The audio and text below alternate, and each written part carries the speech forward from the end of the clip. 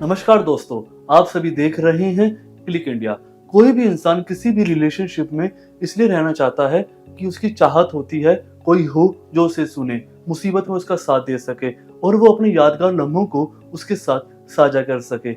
लेकिन कभी कभार लाइफ में ऐसे सर्कमस्टेंसेस आते हैं जब वो अलग होने का मन बना लेते हैं।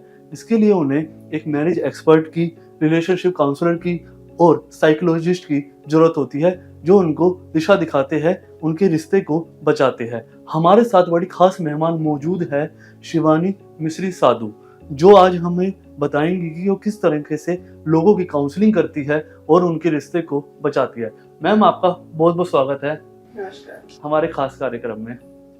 मैम, मैं आपसे जानना चाहूँगा कि आप मैरिज काउंसलर, साइकोलॉजिस्ट और रिलेशनशिप एक्सपर्ट कैसे बने, कैसे आपके माइंड में आया? जी, मैं कभी भी मैरिज काउंसलर नहीं बनना चाहती थी। ये बहुत कम लोगों को शायद ये बात पता है। मैं एक साइकोलॉजिस्ट बनना चाहती थी जो सिर्फ इंडिविजुअल थेरेपी करना चाहती थी। लेकिन बहुत साल पहले जब मैं कुछ पढ़ रही थी और मुझे किसी ने गॉटमैन के बारे में बोला, तो फिर मैंने उसके बारे में थोड़ा रिसर्च किया। फिर मैंने वो अपना कोर्स पूरा किया।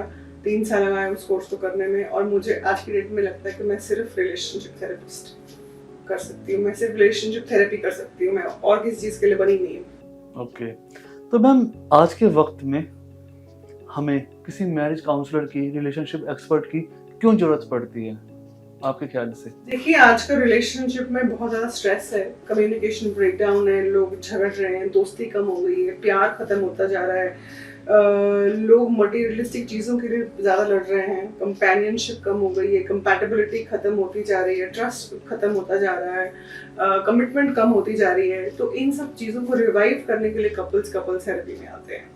या कभी कभी इंसान इसलिए भी कपल थेरेपी में आता है कि वो ये देखे कि हम लोग क्या इस रिलेशनशिप को क्या हमें इस रिलेशनशिप को एक आखिरी मौका देना चाहिए। अगर नहीं तो they want to then part ways amicably.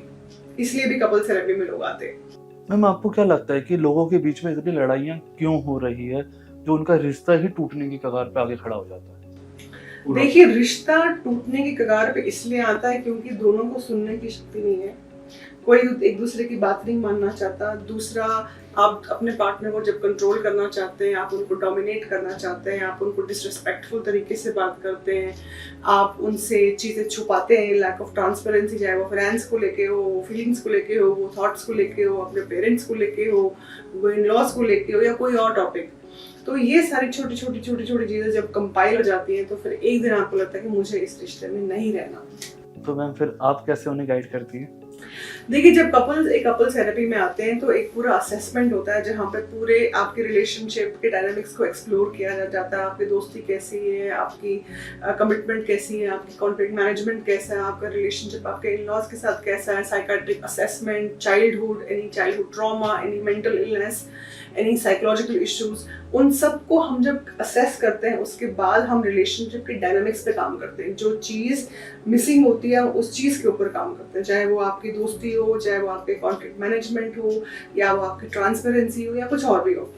Ma'am, अगर बात की जाए, आपको इतना एक्सपीरियंस है, इतने सालों का, आप लोगों को काउंसलिंग कर रही है लोगों को, तो मैम आपके हिसाब से कितने % लोग आपको लगता है कि आप ठीक कर पाए हैं इस थेरेपी से? देखिए, ठीक करने की डेफिनेशन बड़ी अलग है। ठीक करने का मतलब हमेशा ये नहीं होता कि शादी बची रहे। एक टॉक्सिक रिलेशनशिप को छोड़ना भी ठीक माना जाता है ना। तो हाँ, तो ठीक होना इज वेरी सब्जेक्टिव। कभी कभी लोग कहते हैं कि हमें तो जी इस एक टॉक्सिक रिलेशनशिप से निकलना है, तो उनके लिए वो एक साइन ऑफ पॉजिटिविटी है। कोई कहता है कि नहीं, मुझे इस रिलेशनशिप को एक आखिरी मौका देना है, जो भी हो, I will give my 100%, I will give my 200% and then see where it goes.